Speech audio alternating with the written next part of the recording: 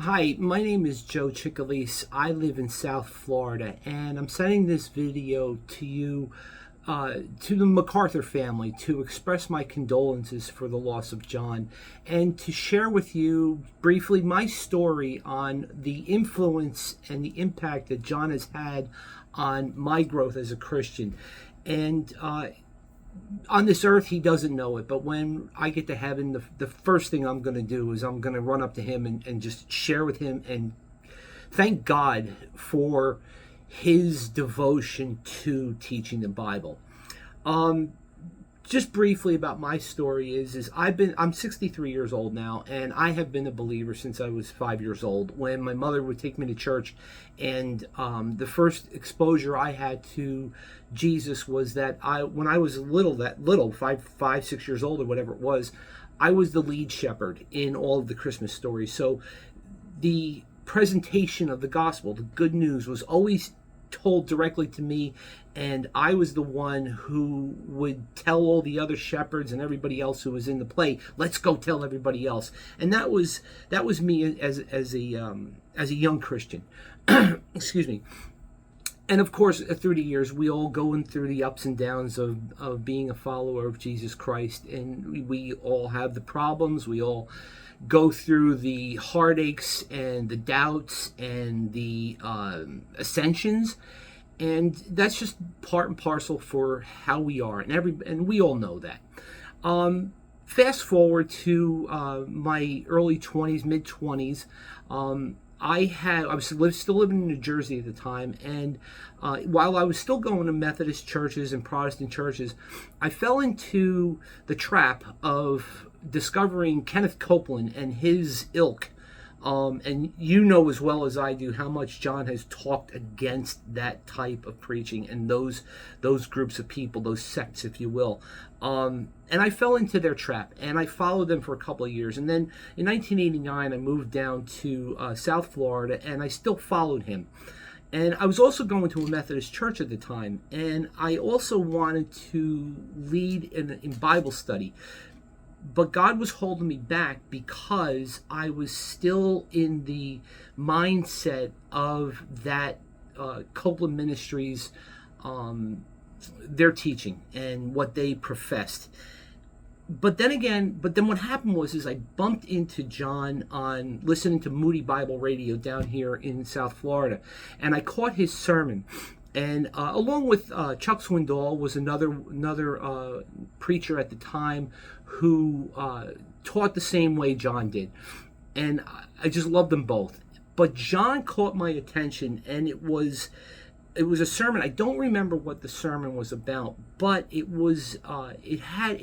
contained the quote from John the Baptizer when he was in the wilderness baptizing, and the Pharisees and the Sadducees showed up, and John the Baptizer saw them, and he said, "You brood of vipers, who told you about this?" And for years, I always read it just like that. "You brood of vipers, who told you about this? Who were the ones that led you here?" But the way John MacArthur read it, and I'll never forget it, he said, "You brood of vipers, who told you about this? Who told you to come here? What right do you have to be here?" And that's how he explained it. And when he explained it that way, I went, wow, I never looked at the Bible that way. I never looked at the text that way. And that just drew me in. And I started following him and following John. And I started listening to his sermons every day on Moody Bible Radio. And this was before the internet. So I didn't have the luxury of being able to look at his archive of sermons. I did one time buy a couple of books from him, or I went to the library and got a couple of his books, read those. I also got the MacArthur study Bible. I had that for a while. I think I gave that to somebody who was looking for a Bible. And John's the one that got me into using concordances and other commentaries on the Bible. He also, because of his references, showed me other Bible scholars that I could read, and I could learn and grow more in God's Word and understanding it. And that has served me greatly. And the first thing it did was it made me realize that, you know what, following that name it and claim it brand of quote unquote Christianity was not the way to go. And I got out of that. So because of the way John taught the Bible, it forced me to want to learn the Bible that way and study the Bible that way and present the Bible that way. And it got me out of that. And over the years, I have used, when I've led teaching Bible classes to adults, delivering sermons at churches that I've gone to, doing the videos that I do on YouTube now that I teach the Bible, I try to teach it his way. I love the way he teaches it, and it's very, very meaningful to me.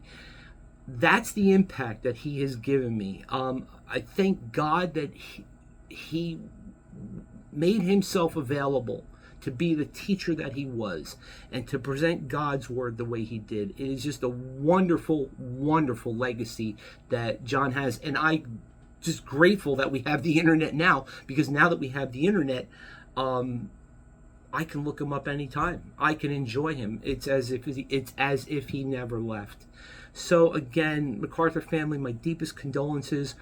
I know that I will see him again. I'm sure you know that you will see him again. And when we do, I'm going to say hi to all of you. All right? After I get done thanking him. All right, so take care and God bless.